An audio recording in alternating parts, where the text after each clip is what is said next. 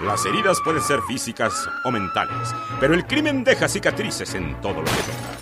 Aunque los factores que lo generan son complejos, este crece cada día como un cáncer que consume a nuestra sociedad.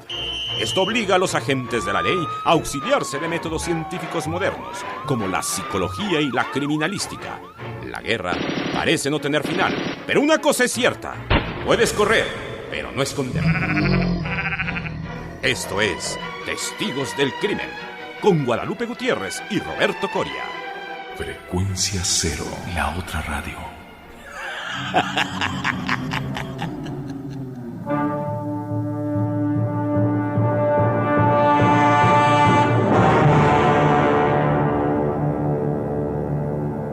Donde quiera que se encuentren, les damos la más cordial bienvenida a una nueva emisión de Testigos del Crimen. Estamos en esta mesa, como cada semana, trayéndoles un podcast de Frecuencia Cero de Interplanet dedicado al tema criminal. Y en esta ocasión, querida Guadalupe Gutiérrez, ¿cómo estás? Muy bien, Roberto Coria. Y vamos a hablar acerca de un programa que teníamos aplazado largamente y era codiciado desde hace mucho tiempo por todos nosotros. Antes que nada, queremos saludar en la cabina a René Palacios Gaguín, que está en los controles operando feliz, manejando ahí todas sus consolas y todos esos aparatos extraños. Tenemos el día de hoy a un gran invitado, Carlos del Río, crítico de cine, conductor de nuestro podcast hermano Cinemanet, de aquí de Interplanet también, y articulista de la revista Cine Premier. Mi querido Carlos, muy Roberto, buenas Lupita, tardes, noches, días, lo que como sea. La verdad que muchísimas gracias por la invitación. Yo quiero ofrecer, antes que cualquier otra cosa, yo sé que a los que escuchan este podcast como que no les debe importar si había podido o no había podido, pero con ustedes dos y con René también, ofrecerles una disculpa por los retrasos, no de haber tenido la oportunidad de venir a platicar con ustedes, porque además es muy interesante que tengamos la chance, la oportunidad de hacer estos intercambios entre nuestros programas. Vamos a llamarles crossovers, ¿no? Exacto, como los aficionados de los cómics les dicen. Claro, este hombre criminalista y fanático del cine y de la literatura del terror que se llama Roberto Coria ya nos ha acompañado en un par de ocasiones a Cinemanet a platicar de Christopher Lee. Hemos platicado de King Kong, de cine fantástico. O sea que es un deleite que podamos, Lupita, hacer estos intercambios. Claro que sí, además estamos encantados de tenerte aquí, así es que no te preocupes. Este es tu espacio y estamos más que fascinados para platicar contigo acerca de cine. Y bueno, queridos amigos, les vamos a recordar que tenemos varias líneas para que se contacten con nosotros, que es el www.frecuenciacero.com.mx, nuestro buzón de voz 2455-5099. Y también tenemos un correo electrónico que es info@testigosdelcrimen.com. Ahí pueden escribirnos, pueden hacernos todas sus sugerencias. Yo sé que van a querer más programas con Carlos del Río, seguramente. Y bueno, pues también los invitamos para que escuchen Cinemanet, ¿no? Vamos a hacer el comercial anticipado. Ay, pues lo hacemos de una vez, www.cinemanet.com.mx. Muchas gracias. Y pues el día de hoy, no se lo pierdan. Querido Carlos, te secuestramos de tus múltiples ocupaciones para hablar acerca de un tema que pues de alguna manera ha sido responsable de una especie de boom en el fenómeno del asesinato en serie, y es el asesino en serie en el séptimo arte. El asesino en serie elevado al estatus de superhéroe, elevado a una nueva categoría, yo diría que incluso a un subgénero cinematográfico, a partir de algunas películas interesantísimas de las cuales tú nos vas a platicar. Sí, de algunas películas clave, como puede ser, por ejemplo, en el cine contemporáneo, el personaje de Hannibal Lecter en El silencio de los inocentes, que creo que es lo que marca una nueva manera de aproximarse a estos personajes y volviéndolos mejor que el protagónico. Más atractivos. Sí, mucho más atractivo, haciendo el personaje mucho más carismático. Pero si les parece, yo creo que podemos platicar un poquito de un asesino en serie clásico al cual ustedes ya le dedicaron un programa completo, que es Jack el Destripador, que tiene cualquier cantidad de versiones en el cine, en la literatura, en el cómic, inclusive te diría yo que en programas de ciencia ficción. Completamente. Hay un programa que se llama Babylon 5, que es sensacional, duró 5 años su transmisión, y un capítulo de los esenciales tenía que ver con un Jack el Destripador que había sido preservado por una cultura alienígena para poder castigar a quienes se salían de la línea, ¿no? Me acuerdo también de un episodio de la Isla de la Fantasía. En donde Ricardo Montalbán, bueno, como sabemos, era el señor Rourke, el que cumplía las fantasías y los deseos. Y bueno, en ese capítulo, si mal no recuerdo, había una escritora en donde se deja la puerta abierta y se supone que sale Jack, ¿no? Y empieza a hacer de las suyas, obviamente. Exactamente, y ya luego el señor Rourke y Tatú se dan a la labor de detenerlo. Pero bueno, tiene razón Carlos del Río al decir que pues este es uno tal vez uno de las figuras más emblemáticas del tema y que bueno, ha ejercido una gran influencia en el séptimo arte.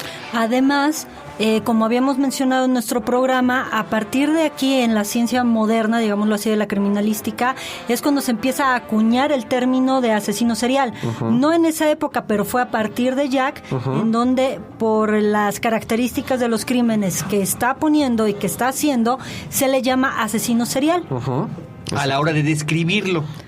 Y tuvimos recientemente una película basada, por cierto, en una novela gráfica que se llama Desde el Infierno, dirigida por Albert Hughes y Alan Hughes, y que protagoniza a Johnny Depp como un investigador, un criminalista, que por cierto le hizo muy cerca de la película que hizo de Sleepy Hollow. Me parece que son personajes de la misma época, encargados en este afán de investigadores criminalistas, ¿no? Adelantados a su tiempo, investigando los crímenes de Jack el Destripador. Y resulta, finalmente, que se trata de un gran encubrimiento, que no hay tal asesino, o que realmente hay una persona que lo está haciendo, pero es para encubrir una situación de, pues, una infidelidad de la realeza, ¿no? Que puede poner en peligro a los descendientes de la corona, ¿no? Exacto. Pero este asunto, que suena muy interesante, ya había sido revisitado en el cine en 2 ocasiones anteriores, al menos combinándolo con otro personaje clásico de la literatura, que es Sherlock Holmes de Conan Doyle, en películas como A Study in Terror, que no sé, el título traducido sería Un estudio en el terror, pero creo que ha de haber tenido tiene otro título, pero no lo recuerdo ahorita en ese momento, en español, que es una película de 1965, donde las pesquisas terminan revelando también una serie de conspiración, y este asunto se repite en Asesinato por Decreto, una película más reciente del 79, donde Christopher Plummer es Sherlock Holmes. Y además grandioso, James Mason ahí como el Dr. Watson, ¿no? Es todo un agasajo. Y que es inevitable, ¿no? Que yo creo que estos dos grandes símbolos de la época victoriana, uno procedente de la ficción como Sherlock Holmes y otro procedente de la vida real como Jack el Destripador, pues era inevitable que se encontraran, ¿no?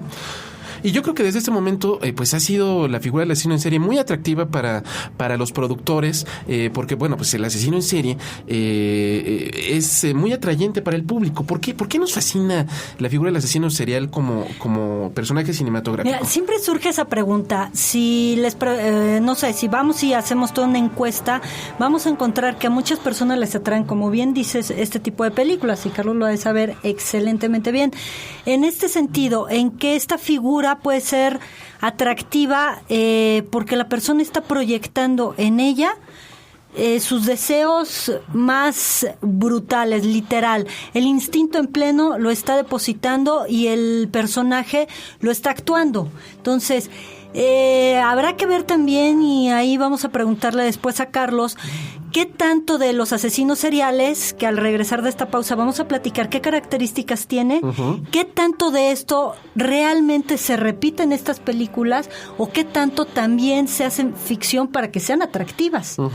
Entonces, bueno, estamos con Carlos del Río, estamos aquí Roberto Coria, Guadalupe Gutiérrez, y volvemos después de esta pausa.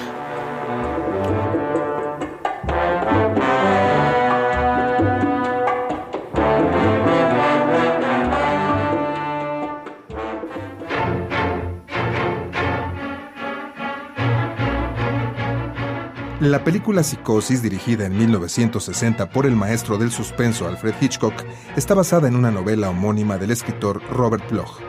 Pocos saben que este autor se inspiró en un asesino de la vida real, Ed Gein, conocido como el carnicero de Plainfield, quien en apariencia era un pacífico granjero, hasta que en 1954 fue identificado como el responsable del homicidio de 2 mujeres. En su granja se hicieron hallazgos macabros, partes de cadáveres que exhumó del cementerio local, muebles y otros artículos forrados con piel humana y cráneos humanos como adornos.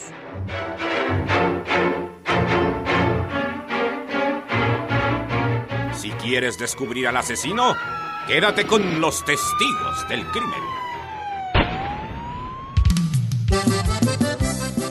No te equivocaste, esto es Frecuencia Cero, la otra radio. Pronto tendremos lo mejor de la música que a ti te gusta, música popular mexicana, duranguense, norteño, salsa, lo que tú quieras estará aquí. Solo para ti en Frecuencia Cero, la otra radio, Frecuencia Norte, a partir del 14 de febrero. Pronto estaremos con mucho amor para ti. Vámonos con esto, Frecuencia Norte. ¡Uy! Yo no quería querer. Frecuencia Cero, la otra radio. Continúa descubriendo pistas con los testigos del crimen.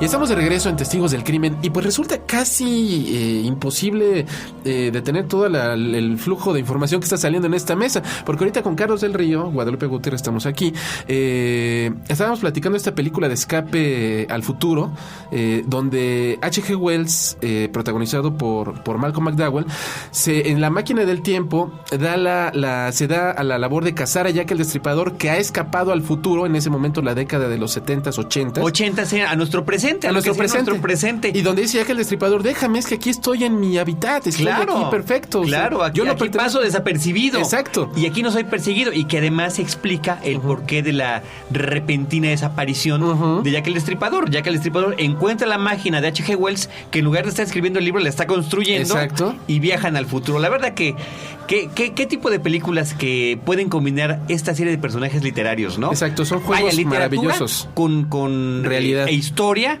con realidad. Es maravilloso.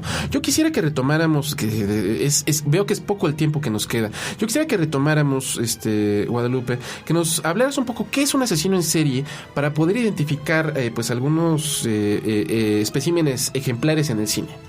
Bueno, el asesino serial tiene como características el que va a cometer mínimo unos 3 asesinatos. Mínimo, ¿no? Muchos dicen, bueno, de 3 a 5, no. Mínimo 3, o sea, así como que ahí se los vamos dejando, ¿no? Pero no sabía yo que había esa definición numérica, qué interesante. Sí, lo que pasa es que si hay nada más un homicidio o 2, bueno, puede ser casualidades del destino, se le atravesó el tipo, lo vio y lo tuvo que matar. No, ya cuando hay una repetición en los actos, porque una de las características que tiene el asesino serial es que es repetitivo, hay una compulsión, ¿sí? Hay de 3 asesinatos con toda una intención, hemos aquí platicado de varios que han, por ejemplo, Fish, que Albert tiene... Fish. No sé, mínimo 40 homicidios. Entonces, bueno, pues ya le empezamos a dar la connotación de asesino serial. Tiene una gran carga simbólica aquello que está haciendo. No lo hace al azar. Esta persona que es asesino serial va a escoger a sus víctimas, las va a ir cazando, digámoslo así, literalmente, porque estas personas van a tener características psicológicas inconscientes que van a pegarse a ellas y entonces ellos se empiezan a acercar, no los conocen, se pueden empezar a relacionar o se acercan y los matan. Oye, el ejemplo perfecto nos lo puede brindar cinematográficamente la película Psicosis de Alfred Hitchcock, completamente con de el acuerdo. Personaje interpretado por Anthony Perkins como Norman Bates. Exacto. Que además tiene no solamente sus acciones y cómo va escogiendo, como dices tú, a sus víctimas. Nosotros vemos un caso en específico, ¿no? Todos los problemas de personalidad que tiene, sino que además estos elementos que estás mencionando de la cacería están representados simbólicamente en los animales disecados que están por ahí en el motel, ¿no? Que además es un aspecto muy lúgubre. Cuando uno ve esta escena, realmente es escalofriante, porque los ojos de los animales disecados tienen un brillo bastante particular y bastante especial, que es parte muy simbólica, por ejemplo, de la mirada que sienten los asesinos seriales, que ellos no soportan ser mirados y por eso se la pasan cazando a la gente, ¿sí? Esa es una parte. Y otra, así como Norman Bates, la parte en que va a matar a personas vulnerables, o son prostitutas, en este caso en el hotel, las personas que llegan a hospedarse, pedir hospedaje, o niños, ¿sí? O ancianos, ancianas, es decir, gente que no va a poder defenderse del todo o que ellos van a tener siempre las ventajas porque obviamente ellos tienen el plan previo. Y además otra de las características de los asesinos seriales es que van a pasar por un tiempo de refracción. ¿Qué quiere decir esto? Que el tiempo entre un asesinato y otro puede ser desde algunas horas, dependiendo de la compulsión que siente internamente, a varios días e inclusive varios meses o años, ¿sí? ¿Cómo es que se va a reconocer que es el homicidio de un asesinato en serie, como lo platicamos en Kingsbury Run, en que pueden pasar años o meses, en que los patrones que va a ejercer para hacer todo el homicidio son los mismos? Y tienen un sello simbólico como si fuera, queridos escuchas, como si uno escribiera, ¿sí? Las personas tienen una forma y un tipo de letra y que esas mismas letras quedan impresas para el siguiente homicidio o lo escribe de igual manera. A eso se refiere con estos patrones y con estas huellas o sellos que tienen. Como Buffalo Bill, el asesino del Silencio de los Inocentes. Efectivamente, sí. Que claro, que habría que recordar que en esta película sensacional de 1991, protagonizada por Anthony Hopkins, lo que se está investigando son los homicidios que comete Buffalo Bill, que está interpretado por el actor Ted Levine, que actualmente sale como policía en la serie de Monk, por ejemplo, ¿no? Que ya lo vemos en un papel completamente distinto. Pero de repente es tan fuerte la personalidad del personaje que interpreta Anthony Hopkins como que roba toda la película. Y se nos olvida a la hora de platicar esto, qué bueno que lo comentan ustedes, que lo que se está investigando es los asesinatos de Buffalo Bill, que está agarrando mujeres un poco llenitas, que las tiene encerradas algún tiempo, finalmente las mata y las despelleja, les quita la piel. Como decían ustedes al principio, Roberto y Carlos, de bueno, ¿por qué es tan atractivo esta figura del asesino serial? Y es cuando vemos a un Hannibal Lecter completamente atractivo y fascinante para el público. Pero ahí tenemos una dualidad, porque está por el otro lado el otro que no es nada atractivo, que es totalmente repugnante y que es el que nos está asqueando. Y finalmente, a pesar de todas sus perversiones, en el caso del Dr. Lecter, está ayudando a la investigación, claro, con fines, por supuesto, absolutamente egoístas, ¿no? Sí, quiere estar libre. Quiere estar libre y quiere tener a alguien con quien más jugar. Y yo creo que tiene que ver mucho acerca de la caracterización de Anthony Hopkins. Porque si tú te acuerdas, Carlos, en la película 1985-86 Manhunter, ¿sí? Ya el actor Brian Cox hace la encarnación del Dr. Hannibal Lecter. Así es como lo bautizan en esta película, en esta primera adaptación del Dragón Rojo, que técnicamente es la primera historia de la saga de Hannibal Lecter escrita por Thomas Harris. Y obviamente pues este carisma de Anthony Hopkins, el Dr. Lecter inteligente, socialité, gourmet, que lee poesía, que es un hombre sensible, que es capaz de pintar como los grandes, pues obviamente una persona así nos resulta atractiva, ¿no? Por supuesto, porque es alguien que nos va a despertar muchas de las fantasías que a veces no podemos tener o no podemos accesar a ellas, pero que nos parecen atractivas. ¿Qué es esto que les mencionaba hace un momento? Acerca de la proyección. O sea, ¿por qué es tan atractivo? Porque podemos proyectar en él los deseos, tanto los más bajos, así como desear matar, comer gente, etcétera, que a lo mejor suena demasiado duro para nuestros escuchas, pero que inconscientemente lo queremos hacer, pero además en una visión muy, muy de élite. Muy sofisticada, y siempre estas partes sofisticadas, pero que además encierran cierto enigma, como lo es Hannibal Lecter, bueno, siempre nos van a parecer atractivos. Podemos mencionar de repente a Drácula, que también es alguien muy lúgubre, pero muy atractivo. Por completo. Otro asesino interesante en esta línea, John Doe, de una película que a ti te fascina. Sí, Seven. Seven, los 7 pecados capitales. Película. Ahora, esta película tiene más que ver también con el asunto de estar desde la perspectiva de los detectives, desconociendo por completo quién es el que está llevando a cabo estos crímenes, en los que está forzando a diferentes personas a morir cometiendo un pecado capital con el que han caracterizado su personalidad. Yo aquí me surgió una pregunta. Bueno, a mí Seven también me parece muy atractiva y a la vez que atractiva, repulsiva. ¿Por qué? Por la forma tan grotesca en que lo van presentando. Pero si mal no recuerdo, cuando ya lo tienen hincado, el personaje de John Doe, que interpreta a Kevin Spacey. Kevin Spacey, exactamente. Él dice, bueno, ¿por qué hiciste todo esto? Dice, es que yo encuentro un pecado en cada esquina y a nadie le importa. Uh-huh. ¿Qué tanto, hablando de Seven, que son los 7 pecados capitales, mi estimado Carlos, se está dando de repente también en el cine esta parte como mística y religiosa, recordando por ejemplo la película de Resurrección, en donde también se trata de un asesino, sí, a un asesino serial que va mutilando cuerpos para hacer un Cristo.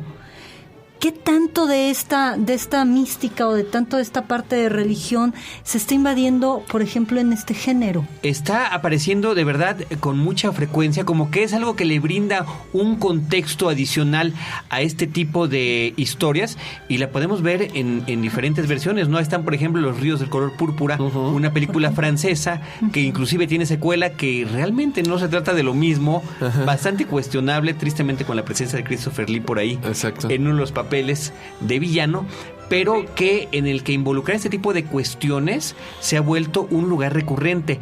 Pero me parece que es como para hacerlo todo más sombrío y crear en el espectador un ambiente un poco más sofocante, porque además está jugando con las propias creencias, ¿no? Claro, tergiversándolas, dándoles un sentido completo distinto. Digo, el personaje de John Doe, o que sería Juan Pérez aquí en México, ¿no? Exacto. Tú que eres criminalista, ¿no? El hombre que no tiene nombre. Exacto.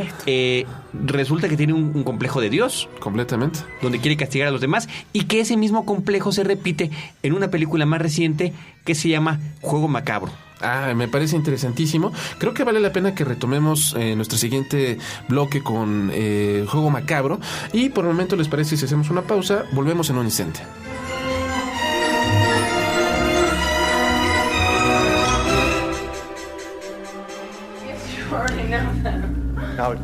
Ed Gein, el carnicero de Plainfield, también inspiró a otros notables personajes de ficción. Los asesinos Leatherface de la cinta de culto de 1974, La Masacre de Texas, dirigida por Tobe Hooper, y James Gobb, apodado como Buffalo Bill, de la laureada película de Jonathan Demme, El silencio de los inocentes, que a su vez está basada en la segunda novela de la trilogía de Hannibal Lecter, escrita por Thomas Harris. Put the fucking lotion in the basket. Si quieres descubrir al asesino, quédate con los testigos del crimen.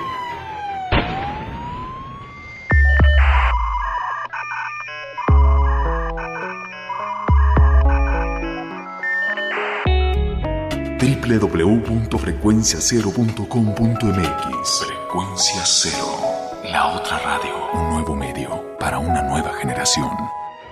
Continúa descubriendo pistas con los testigos del crimen.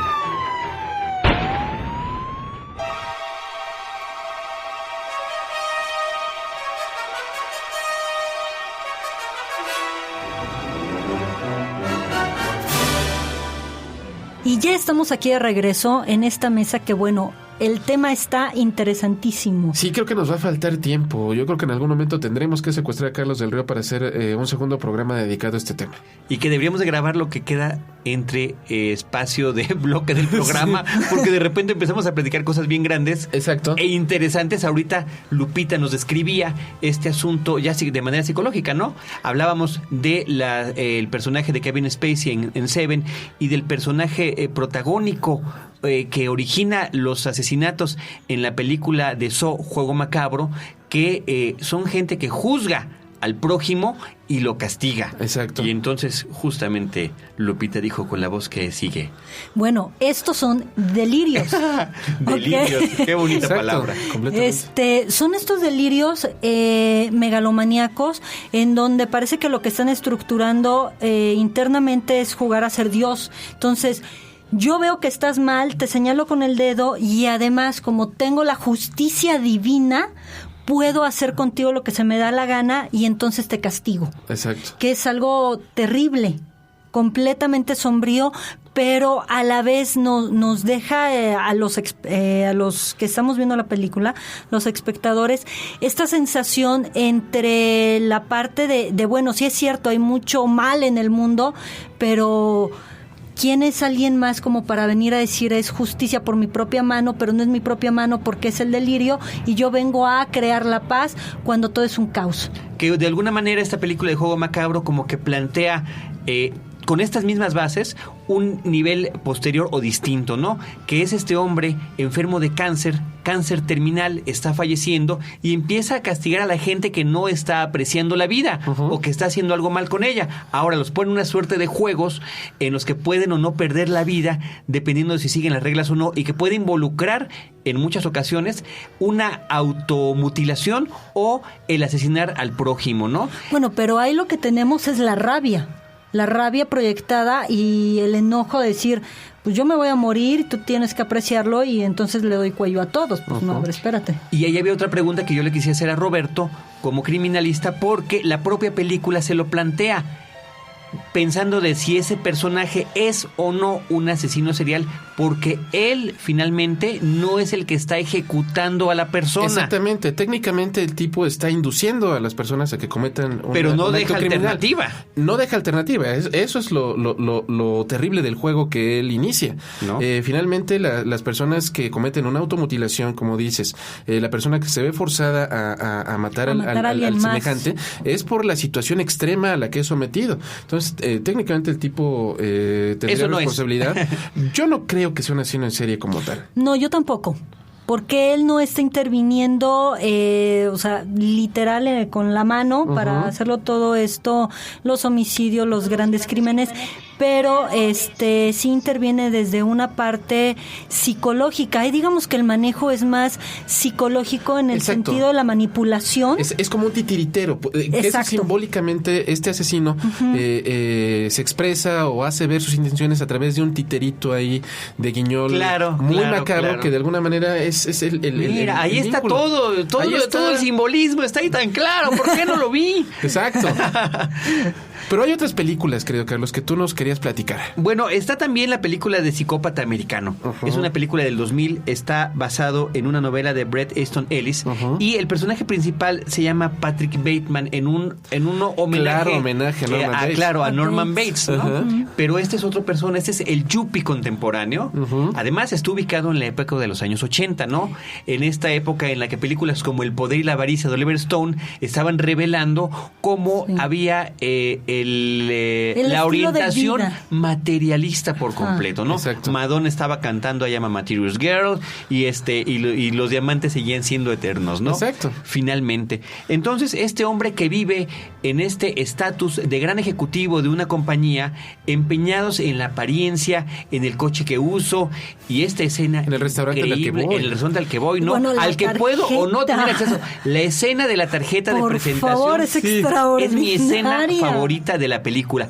Para quienes no la hayan visto, les podemos comentar que previo a una junta en las que están todos los ejecutivos de esta empresa, empiezan cada todos uno a mostrar... jóvenes y yuppies. Claro, jóvenes y yuppies. Y hermosos. Ajá. Sí. Lo que ahora serían los metrosexuales también. Claro. Ahora que estamos en este nuevo siglo XXI. Por supuesto. Pero empieza cada uno a presumir cómo mandaron a hacer su tarjeta de presentación, el tipo de papel que eligieron, el tipo de letra, con qué tinta se hizo, cómo está nivelada o no hacia un lado o el otro la tipografía, y empiezan inclusive a crecer unos celos en cada uno de ellos, porque cada tarjeta que van saliendo es mejor a la anterior. Perdón, ahí sí tendría que decirte que no serían celos. Celos implica a una tercera persona. ¿Sí? ¿Envidia? Sería envidia, exactamente. Sería envidia porque tú tienes algo que yo quiero, pero ¿cuál es el manejo también de la envidia? Que curiosamente los asesinos seriales, ahorita que estás mencionando esto, se mueve, se promueve entre ellos, no es que se lo comuniquen, ¿verdad? Pero se promueve internamente. La envidia es, quiero aquello que tú quieres, porque yo no lo puedo tener, pero además no es que yo lo quiera y lo quiera explotar, sentir, vivenciar, sino lo quiero para destruirlo, porque así no lo vas a tener tú, no lo voy a tener yo, pero entonces no lo quieren porque lo merezcan. Ellos sienten en sus fantasías, ¿sí?, que sí lo merecen, pero quiero esa tarjeta porque tú no te la mereces y la quiero destruir. ¿Por qué? Porque terminan, aunque la usen, digámoslo así, terminan destruyéndola por el mismo manejo o por el control que se le da. lo desvanecen, lo deshacen, lo hacen polvo, que es mucha de la mecánica de la envidia, hablando desde la psicología. Pero lo que hace Patrick Bateman es eliminar a aquel que lo está superando, ¿no? Exacto. Por lo tanto, A empezar es el a manejo de la asesinarlo. envidia. Y así empieza a matar a diferentes personas. Claro, al final de la película, en una culminación que es completamente anticlimática, Ajá. resulta que él, después de sentirse además perseguido por los delitos que ha cometido, por los asesinatos, resulta que todo se lo había imaginado y que no había cometido ninguno de esos crímenes. Pues todo encerrado en la fantasía. Exacto, ¿no? En todo este proceso previo a la detonación de toda esta patología que va a culminar en el homicidio, ¿no? Entonces se queda él pues con ese horror de que está en el umbral, que está a punto de cruzar, o tiene la capacidad, o tiene el potencial para cruzar la puerta. Sí, porque además lo que se está presentando en esta película, además de también ejemplificado con lo de la envidia y que va destruyendo, más que puesto, es todo el vacío interno existencial que tienen estas personas. Digo, discutir y sentir envidia por una tarjeta de presentación, bueno, sí hay que tener algo extremo, ¿no? Digo, porque O el en otro traje, porque el otro puede entrar a un restaurante mejor al que yo puedo acceder. Claro, porque sí, ¿quién tiene o no acceso a tal o cual restaurante? Que fíjate que me recuerda Reserva. un poco, Ajá. y por eso la quise mencionar, porque creo que es una de esas películas sobre asesino serial, que no es sobre un asesino serial, y que se sale un poquito, ¿no? De Sí. estar copiando una película tras otra. Finalmente, Resurrección, que mencionabas hace rato, es una copia baratona, chafona de Seven, ¿no? Ujú. Más dirigida hacia Sí, Seven. porque sale Y así ha habido varias, después. ¿no? Con esa estética, ¿no? Además, el grano muy reventado, estos ambientes urbanos presentados de una manera bastante sombría, como que han tratado o han establecido una suerte de estética que se ha imitado, ¿no? Yo creo que en la mayor parte de los casos de una manera bastante pobre, pero en algunos otros casos brillante. Otra película que nos quieres comentar, mi querido Carlos. Pues fíjate que estaba recordando una película que vi en los años 80 que se llama El Caminante en español, Ajá. de Hitcher. ¿Es el 96? Pues ¿qué edad tengo? Es el... Mejor no entremos en detalles. No entremos en detalles. Ajá. Yo tengo entendido que es como de los años 80. Es Habrá que ochentera checar la el película. dato. Está protagonizada por C. Thomas Howell, muy jovencito, cuando parecía que el hombre apuntaba hacia un brillante futuro como protagónico y que de repente desapareció. Se truncó. Y nuevamente aparece en papeles muy pequeñitos por ahí. Y Rutger Hauer y Jennifer Jason Leigh, que ella Ajá. sí ha tenido una carrera bastante fructífera, Más ¿no? interesante. Bueno, el caso es que C. Thomas Howell va manejando por ahí como por los desiertos de Nevada un automóvil que tiene que trasladar de un lado a otro y le da aventón al clásico y sospechoso hombre que lo está pidiendo en la calle, que está interpretado por Rutger Hauer. Ajá. Este hombre que creo que ha sido y será recordado icónicamente como el Nexus 6 El androide de Blade Runner. de Blade Runner, ¿no? Sí, claro. Sin lugar a dudas. Pero este es un papel muy interesante que hace, porque resulta que este hombre ha ido asesinando a gente en la carretera de manera muy violenta, y en lugar de asesinar a este muchacho que se llama John Ryder, Ajá. lo empieza a acosar y empieza a asesinar a las personas con las que él va teniendo contacto, para que parezca, porque finalmente es el único sobreviviente, que él es el asesino. No sé, Lupita, si algo tiene que ver allí el asunto de la manipulación también de la que estamos platicando y del tratar de echarle la culpa a otra persona, ¿no? Sí, bueno, es como cuando hace alguien una travesura de niño y le echa la culpa al hermano. Aquí está deslindando la responsabilidad, pero aquí quisiera más bien hacer énfasis en el camino. Me suena interesante el manejo del camino que se hace en esta película. Hace un momento, cuando la mencionaste hace rato, no la recordaba, y ahorita ya con la semblanza sí la recuerdo bastante bien. El camino, o sea, esta parte simbólica en donde vamos recorriendo la vida, pero en donde también, obviamente, en el camino de la vida la gente va muriendo. Claro, aquí una de las cosas importantes es cómo va muriendo la gente. Ya encontramos nuevamente esta parte prepotente del personaje principal, en donde él, con toda la apatía, porque una de las características que tienen todos los personajes que hemos mencionado en las películas es la psicopatía.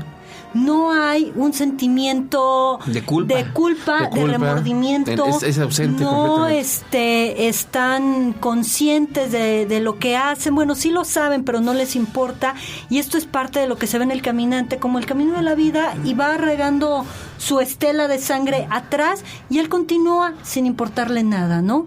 Pues sin duda alguna, tema interesantísimo, y desafortunadamente hemos llegado al límite del tiempo que nos permite esta emisión. Carlos del Río, de veras es una lástima que se haya terminado la emisión. Queremos comprometerte para que en un futuro no muy lejano nos acompañes nuevamente. Yo creo que si ustedes nos escriben a nuestra dirección electrónica, podrán sugerirnos qué otras películas relacionadas con el tema les han gustado, y en ese momento podremos nuevamente recurrir a ti para comentarlas. No, pues, cuando gustes, muchísimas gracias. Yo les agradezco enormemente la atención de poder compartir el micrófono con ustedes, de estar en este podcast dedicado a la investigación criminalista y que lo hayamos podido combinar con la cuestión cinematográfica, ¿no? Entonces estoy encantado, muchísimas gracias. Encantado de que estés aquí con nosotros, acompañándonos, y bueno, no se pierdan la siguiente emisión. Vamos a tener un tema muy interesante para todos ustedes. Gracias por estar con nosotros. Estuvimos aquí Guadalupe Gutiérrez, Carlos del Río y Roberto Coria, testigos del crimen.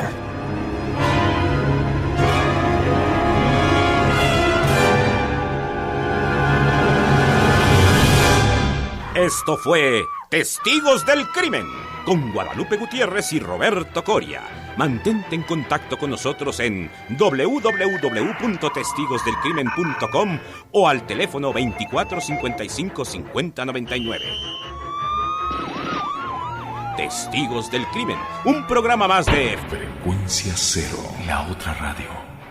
Lo mejor de la radio en la palma de tu mano.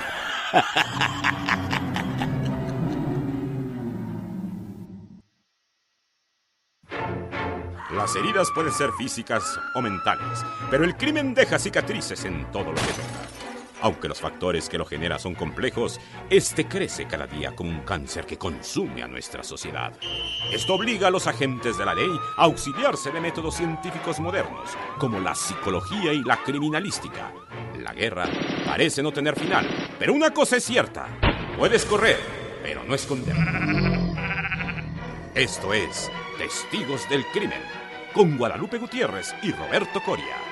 Frecuencia Cero, la otra radio.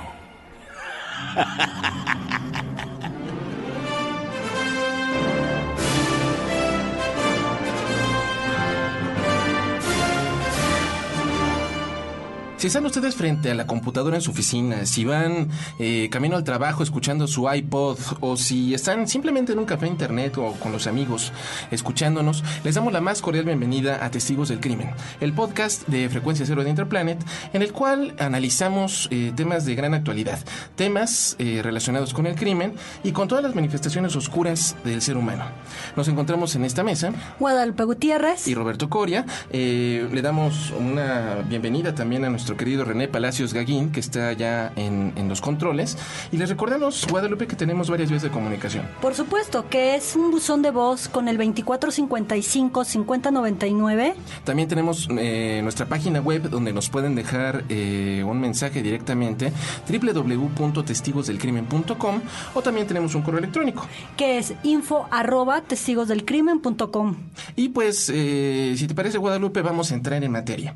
Nosotros en la emisión pasada anunciamos que íbamos a dedicar esta emisión a tu especialidad, a la criminología y a la psicología forense, pero debido a acontecimientos recientes, acontecimientos de gran relevancia que se suscitaron a lo largo de la semana, optamos por hacer una actualización hacia el famoso caso de la Mataviejitas. Sí, que además, si nuestros escuchas recuerdan, nosotros hicimos un programa que es el tercero, acerca de la violencia contra las personas de la tercera edad, tratando precisamente el tema de la Mataviejitas, o el Mataviejitas en ese momento, y además de los casos que acontecían contra la violencia contra ancianas, tanto en Francia como en Estados Unidos.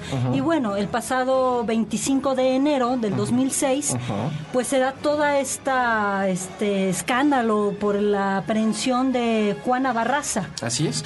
Juana Barraza Samperio es aprendida por 2 policías de la Secretaría de Seguridad Pública, uno de ellos José Ismael Alvarado Ruiz, el otro Marco Antonio Cacique Rosales. Pues resulta que estos 2 servidores públicos van patrullando la colonia Moctezuma de la delegación Venustiano Carranza, cuando de repente ven a una mujer que sale corriendo de un domicilio, ven corriendo a un muchacho del que posteriormente nos enteramos que se llama José Joel López González, que les grita: acaba de matar a una viejita, acaban de matar a la señora. Los policías pues pegan la carrera luego. Entonces, cuadras más adelante, logran la aprehensión de esta mujer, la aseguran, la introducen en la patrulla y regresan a la casa. Y pues, ¿cuál va siendo el hallazgo, no? Una mujer muerta, una mujer de 82 años que respondía al nombre de Ana María de los Reyes Alfaro. Y pues de inmediato este par de uniformados cae en cuenta a quién habían capturado. Lo cual es muy emocionante y bastante consternante para ellos. Y bueno, además de todo el revuelo que se empieza a hacer alrededor de ellos y de esta señora, ¿no? Creo que hasta dio conferencia de prensa mientras la subían a la patrulla y lo que averiguaban, etcétera. Pero el revuelo que causó, yo creo que va en varias direcciones. Uno entre la sorpresa y otro entre la paz y la calma, decir, híjole, ya la agarraron. Cual también al rato platicamos de qué es todo esto que consiste de la mataviejitas y de las teorías que hay, que en el programa número 3 presentamos y que actualmente se han ido pues hablando, diciendo en diversos medios de comunicación como la televisión, el radio, los periódicos, en fin, pero la consternación fue tremenda, ¿no? Fíjate que a mí todo esto me recuerda lo de nuestro primer programa de Goyo Cárdenas, de la consternación que hablábamos en 1940, con la aprehensión de Goyo, ¿no? Con todos los homicidios que cometió. Yo creo que se equipara algo así por la magnitud de los acontecimientos, de los hallazgos y de la situación que se estaba viviendo en la Ciudad de México. Indiscutiblemente, porque la serie de crímenes atribuidos a este famoso mataviejitas, pues ha causado una suerte de histeria colectiva. Los medios de comunicación le han dado una gran cobertura al caso. Ha sido motivo pues de un debate sobre qué tanta atención le brindamos a nuestros adultos mayores. Ha sido objeto de polémica entre las instituciones, entre la Procuraduría del Distrito Federal, entre la Procuraduría General de la República, entre el Instituto Nacional de Ciencias Penales. Han venido expertos de la policía francesa a capacitar aquí a los investigadores. Ha sido un gran cóctel de situaciones encontradas que se han generado. Pero yo creo que vale la pena, Guadalupe, recordar brevemente cuál es el caso del mataviejitas.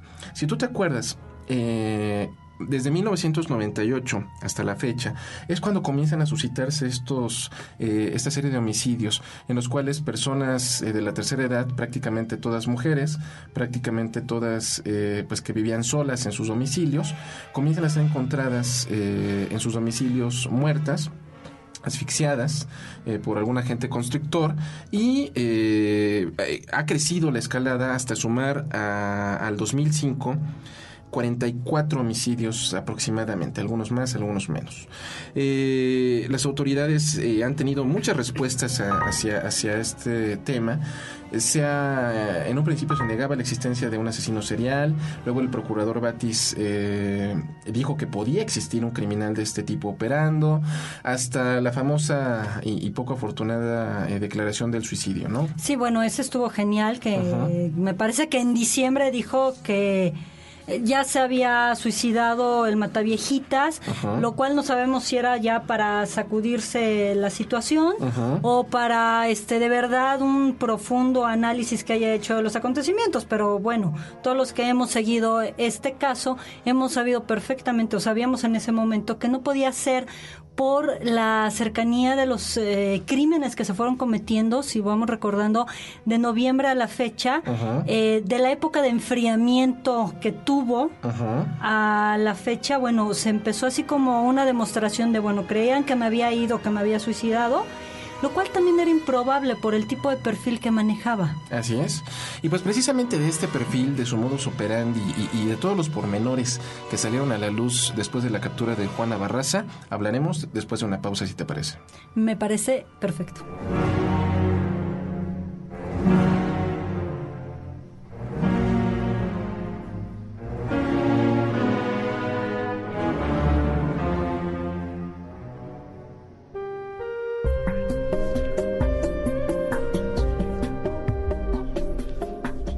Víctima es la persona que sufre un daño por culpa ajena o por caso fortuito, entendiéndose por daño el detrimento, menoscabo, lesión o perjuicio que de cualquier modo se provoca. Diccionario Jurídico Ameba.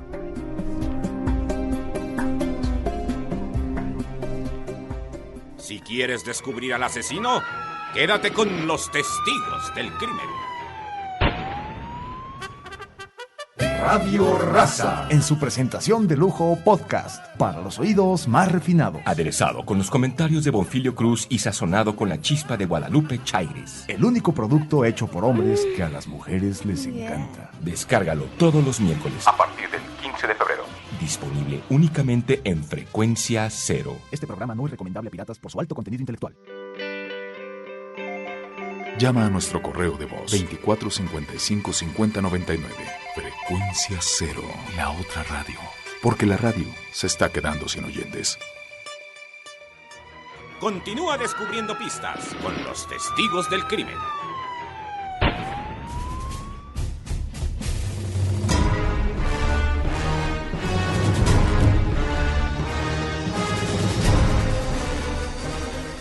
Y bueno, ya estamos aquí de regreso, en donde estamos con esta actualización acerca del caso de la Mataviejitas.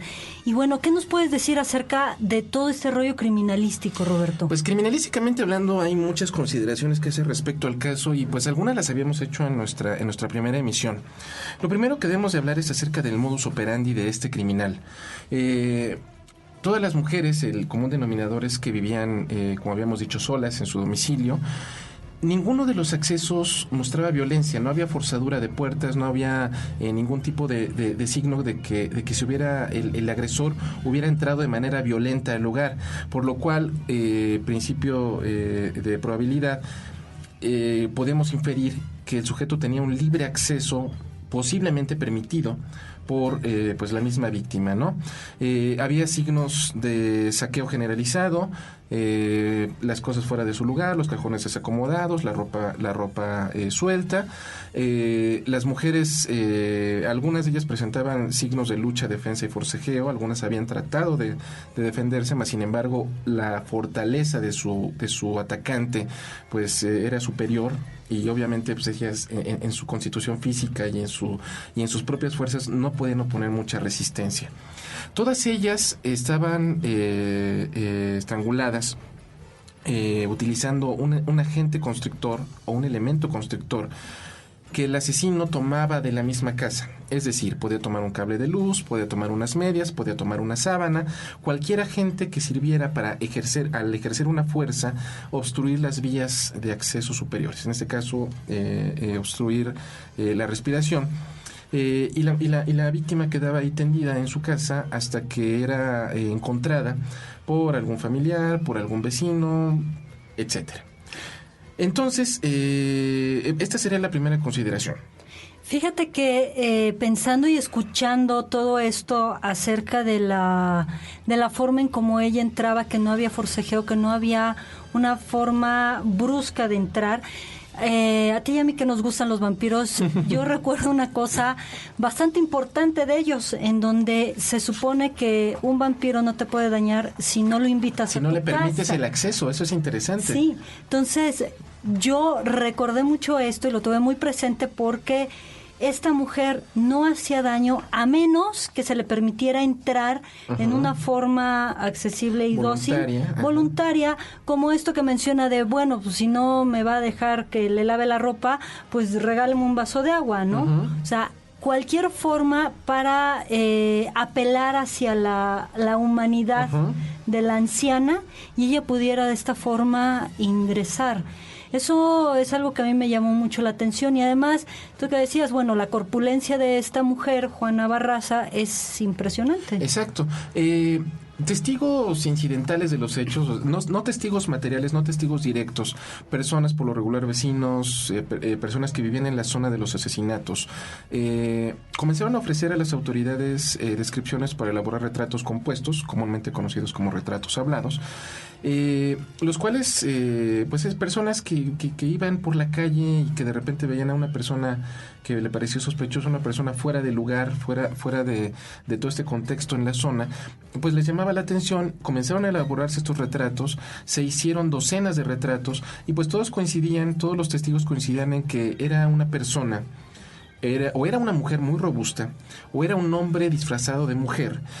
Todos conocemos los retratos que han sido publicitados en los medios de comunicación, que mis colegas coincidieron pues de una manera bastante certera con el parecido de Juana Barraza.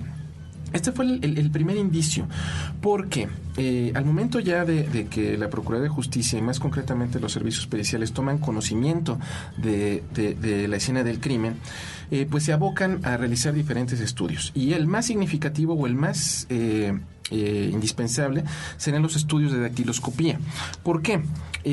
Todos nosotros hablábamos en la sesión de criminalística, en el programa de criminalística, hablamos acerca de un principio de intercambio. Todos nosotros cuando estamos en un lugar dejamos algo de nosotros mismos. Y nos llevamos algo del lugar, voluntaria o involuntariamente. Entonces todos nosotros sudamos, todos nosotros tenemos la posibilidad de dejar impresiones dactilares en un lugar. ¿Qué es la impresión dactilar? Básicamente es la reproducción del dibujo de nuestras crestas papilares que tenemos en las yemas de los dedos, los cuales por contacto directo, por fricción, podemos dejar en varias superficies. Entonces, los expertos forenses, concretamente los criminalistas, parte de su protocolo es en las zonas donde se haya registrado este saqueo, realizar una serie de búsquedas mediante reactivos. Hay diferentes tipos de reactivos, algunos químicos, otros en polvo, otros en aerosol, los cuales se van a aplicar de acuerdo al sustrato. Hay reactivos para vidrio, hay reactivos para madera, hay reactivos para papel. Entonces, esto es lo que comienza a darnos las primeras pistas respecto a la identidad del agresor. ¿Por qué? Nadie tiene las mismas huellas dactilares. Cada persona tiene un dibujo dactilar diferente, obviamente que nos individualiza.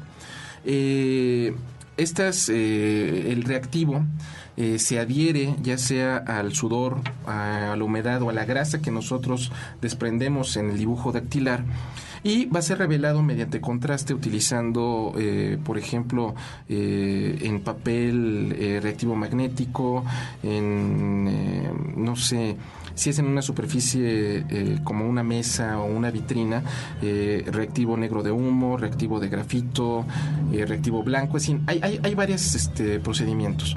Entonces, esto se va acumulando.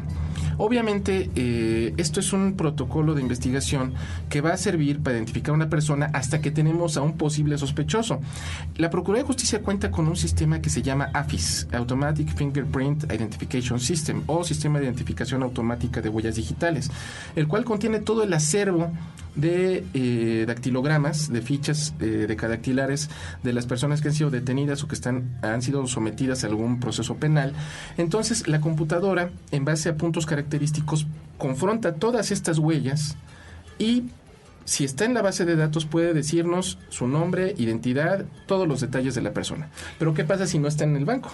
Que era precisamente lo que pasaba con Juana Barraza. Es correcto. No podían localizarla o decir, bueno, es tal persona o estuvo en la cárcel o al menos pasó por alguna delegación porque no había antecedentes penales. Exactamente. Esto es un aspecto que pues obviamente dificulta la labor de los investigadores.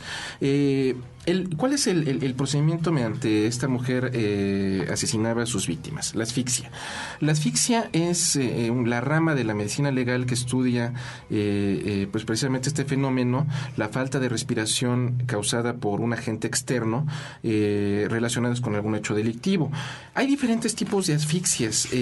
La primera de ellas es por sofocación, es decir, cuando se introduce algún objeto a la nariz o en la boca, cuando se nos atora un pedazo de carne en el tracto digestivo y pues, eso nos provoca ese tipo de asfixia.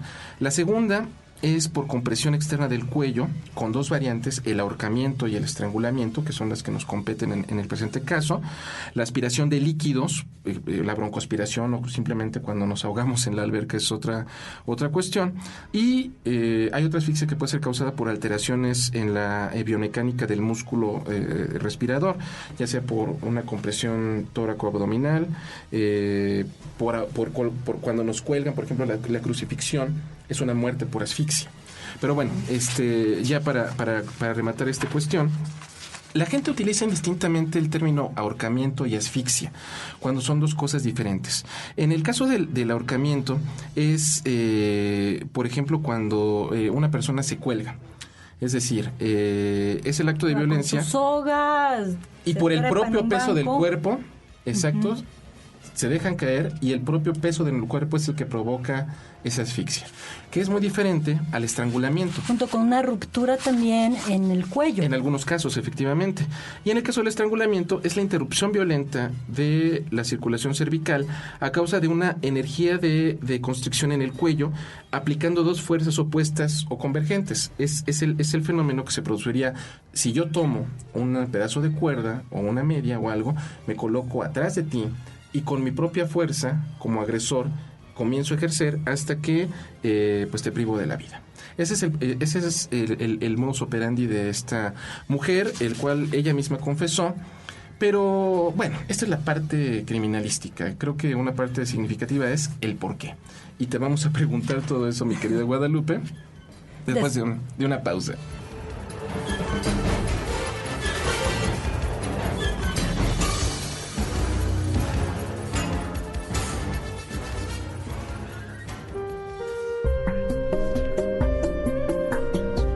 La familia es considerada como una causa criminógena predisponente, ya que es el primer grupo social al que se integra el individuo y ya que es el encargado de adecuarlo para integrarse a su comunidad, siendo determinante para su conducta futura.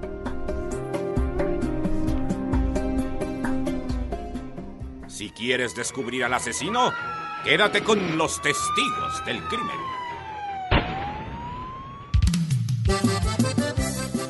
¡No te equivocaste! Esto es Frecuencia Cero, la otra radio. Pronto tendremos lo mejor de la música que a ti te gusta. Música popular mexicana, duranguense, norteño, salsa, lo que tú quieras estará aquí. Solo para ti en Frecuencia Cero, la otra radio. Frecuencia Norte, a partir del 14 de febrero. Pronto estaremos con mucho amor para ti. ¡Vámonos con esto! Frecuencia Norte. ¡Uy!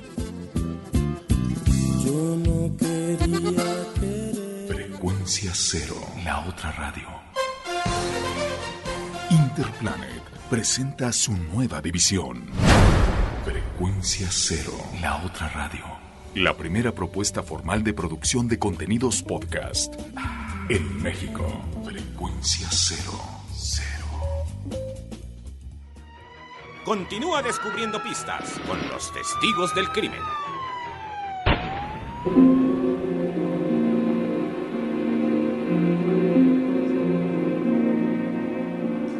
Y después de este amplio y exhaustivo rollo criminalístico, mi querida Guadalupe, el cual ha sido bastante interesante e ilustrativo. Muchísimas gracias. Regresamos a Testigos del Crimen, donde, pues bueno, viene la pieza final del rompecabezas.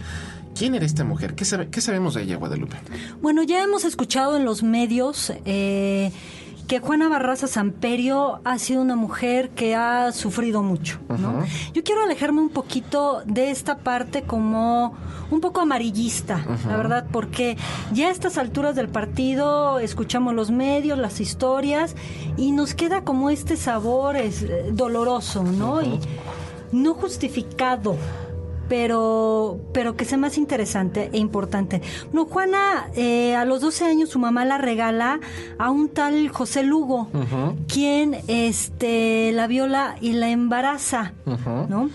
Aquí de entrada tenemos el abandono de la madre a una edad bastante temprana, que son los 12 años, pero además a una edad importante en este sentido. Claro. Es una niña. De entrada, como definición, dentro de la edad es una niña, pero ya también empieza a ser lo que llamamos prepuber. ¿Qué significa esto? Que ya empiezan a asomarse a los 12, 13 años. No sabría a qué edad empezó realmente los cambios, no se ha mencionado nada de esto, de los cambios secundarios sexuales, en donde ella empieza entonces siendo una prepuber. Por lo tanto, empieza toda esta parte de afloramiento sexual. ¿Qué pasa durante la adolescencia? Lo que los psicólogos llamamos la reedición del complejo de Edipo. ¿A qué me refiero con esto?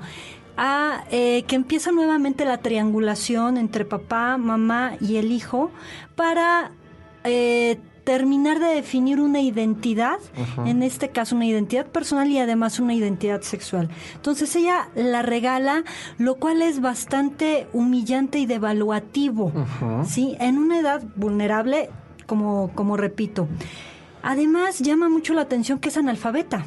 Sí, exacto. O sea, a los 12 años la mamá la regala y es analfabeta. O sea, ¿dónde está la primaria? Al menos para que sepa leer y escribir. Claro. ¿Qué nos significa esta parte de analfabetismo? Bueno, si no sabes, entre comillas, no vas a sufrir, ¿no? Es así como esta parte de, si no veo, no me duele o no me doy cuenta, y si no me doy cuenta, bueno, pues no pasa nada. Claro. Lo cual es sumir a una persona en una gran ignorancia, que en época actual es realmente terrible no saber leer o escribir. Claro, y es una mujer de 48 años. Por supuesto, entonces queda mucho que desear, que no es tan analfabeta, o sea, sí sabe leer y escribir de una forma muy, muy primitiva. Pero esto demarca un abandono brutal, lo que nos hace preguntarnos cómo fueron estos 12 primeros años de vida, los cuales han de haber sido de mucho sufrimiento y mucho dolor. ¿Qué pasa entonces durante toda esta época y sobre todo hacia la época adolescente? No hay una imagen, no hay una figura femenina lo suficientemente fuerte como para que ella pueda identificarse, ¿sí? ¿A dónde voy con todo esto? Todos hemos visto en fotos, en imágenes, la complexión de Juana Barraza, y además es luchadora. Es una mujer robusta, la dama del silencio. La dama del silencio, lo cual también es significativo, ahorita voy para allá. Entonces, es una mujer corpulenta y una mujer masculina, ¿sí? De complexión muy varonil. Son huesos anchos, hombros anchos, cuerpezote. Creo que mide como unos 75, unos 78. Es una mujer muy alta, ¿no? De ahí la confusión que muchos testigos pueden haber tenido. Exacto, porque se buscaba un hombre y pues esta mujer era gruesa, ¿no? Con huesos anchos. Entonces, esto marca una parte en donde no hay una identificación femenina, y aquella que era la mujer con la cual se podía identificar como la mamá, pues la regala y seguramente la maltrataba siendo niña. Lo cual, ¿qué ganas tienes de ser una mujer como esa que estás viendo como ejemplo? Claro. Pues ninguna. En absoluto. Lo cual va generando un cierto rencor y un cierto resentimiento contra la figura materna, que si recordamos nuestro tercer programa, precisamente hablamos de esto mismo, ¿no? Que hay un gran resentimiento contra esta figura materna, y en donde si calculamos más o menos las edades, cuando los niños son vulnerables, ella ataca a gente vulnerable, como de la tercera edad, que es una identificación con esta vulnerabilidad, y en donde viene la revancha, ¿sí? En donde ahora yo soy la grande, yo soy la fuerte, y ahora me desquito. Y a ti, que tú me maltratabas y me hacías y me pegabas o lo que fuera, ahora yo te lo hago a ti porque yo soy la grande. Es una forma de revancha que quedó muy en el inconsciente y se llevó a la actuación. Es decir, en lugar de registrarlo, de elaborarlo, de trabajarlo y sacarlo de una forma diferente, lo sacan de una forma directa, ¿sí? De decir, tú me la hiciste, tú me la pagas.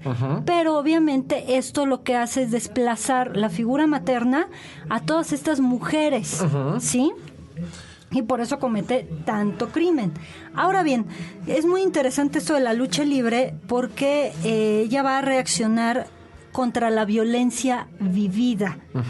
Es una forma de desahogo, es una forma de decir, la agresión es el medio preponderante hacia este medio, ¿no? O sea, estoy viviendo en un medio agresivo, entonces, ¿qué hago? Me adapto a él. Claro. Y una de las formas que tenía era a través de la lucha libre, que esto también es muy interesante, porque con los golpes, los maltratos, los trancazos, en fin, es algo que nosotros llamamos identificación con el agresor. Es decir, alguien viene y te pega, y dices, bueno, pues está mal, lo que sea, pero ya sea por mucho temor o porque es la forma que aprendiste, entonces, en lugar de rehuirlo, voy a ser como tú. Entonces, tú me pegabas, entonces yo voy a aprender a pegar, porque así fue una forma que tú me mostraste de ser. ¿Cómo incide esto directamente en sus relaciones interpersonales? Sabemos que la mujer tuvo 3 hijos y que ha tenido 2 parejas sentimentales, al menos. Sí, de las cuales salen estos hijos en donde, bueno, el mayor, producto de estos abusos de José Lugo, tiene un hijo que cuando tiene 24 años es muerto de una forma muy violenta, a batazos en un pleito de calle, algo por el estilo. Y tiene otros 2 chiquitos, de uno de 13 y una de 10 años, lo cual es interesante porque ella los cuida los fines de semana, los ve, los provee. No creo una forma afectiva, porque hay de estas características que ella ha sido catalogada como sociópata. Yo aquí sí quisiera hacer una pequeña aclaración, que muchos psiquiatras no les gusta hacer esta diferencia, pero a mí sí, porque quedan como que más claras las cosas. Se ha catalogado de sociópata, sí es una sociópata, nada más que ella quedaría en un grado de psicopatía, es decir, es una mujer que además de ser antisocial, de no tener culpa ni remordimiento, tener emociones planas, de no importarle lo que acaba de hacer, de echarle la culpa al otro, de justificar sus actos, es decir, bueno, pues es que ellos se lo buscaron, ¿sí? Trasciende esa pequeña línea y mata. El grado de peligrosidad de esta Juana Barraza es muy grande, que, bueno, lo que decías de lo de llamada la dama del silencio, este silencio simbólicamente lo que podemos decir es que ella se encuentra callada y todos la refieren como una mujer callada, reservada, taciturna, que no se metía con nadie. Entonces, ella lo que aprendió fue a callarse tanto dolor y sufrimiento, pero lo va a sacar en una forma muy maquiavélica. Esta mujer tiene un control de impulsos en el sentido de reservar esta agresión. No es contra esa anciana que va pasando y me le echo encima, sino ella calculaba, ella medía sus pasos. Ella acechaba acechaba, la exactamente, tal cual. Buscaba su confianza y al momento en que ya podía entrar, las atacaba como una forma o un medio de vida. Sin embargo, el robo no era su principal móvil, como lo hemos platicado aquí, sino esta satisfacción que nunca iba a quedar del todo, valga la redundancia, satisfecha, ¿no? Entonces tenemos a una mujer pues bastante con pensamiento mágico y como buscando aliados. Tenía un altar de la Santa Muerte que bueno, es para mostrar el miedo que ella también sentía y que a la vez la protegiera, ¿no? Entre comillas. Y algo que a mí me llamó la atención, entre sus cosas, también había un altar de Martín Valverde, que es el santo de los narcotraficantes. Entonces, era algo interesante de cómo se aliaba a esta agresión para ella sentirse fuerte, porque de esa manera ella no iba a volver a sentir miedo de sentirse agredida, entonces ella mejor agredía. Pues nos ha ganado el tiempo, Guadalupe. Definitivamente yo creo que no es el último programa que haremos sobre este caso. Yo creo que vamos a requerir alguna actualización más, o a lo mejor más, quién sabe. La mujer acaba de ser consignada al reclusorio femenil de Santa Marta. La Procuraduría de Justicia ha comprobado mediante los estudios de dactiloscopía su probable responsabilidad en 12 homicidios. Se ha mencionado esta semana, se han hecho declaraciones acerca de que hay cómplices. Entonces, esto todavía para rato, esto todavía no se ha acabado. Y además de las otras tantas teorías que por ahí también son interesantes y que también las hemos mencionado, como lo de copycat, los cómplices, etcétera, ¿no? Sí, que obviamente esto es revelador, porque si esta mujer cometió 2 homicidios, entre Araceli Vázquez García y entre Jorge Tablas han cometido otros tantos, o sea, van 40 y tantos. O sea, hay un resto? gran número. ¿Quién cometió ¿Quién los los ha otros cometido? crímenes? Entonces, eso lo iremos develando en los siguientes programas. Gracias por estar con nosotros y pues nos veremos la próxima semana. Por supuesto. Estuvimos en esta mesa Guadalupe Gutiérrez y Roberto Coria, testigos del crimen.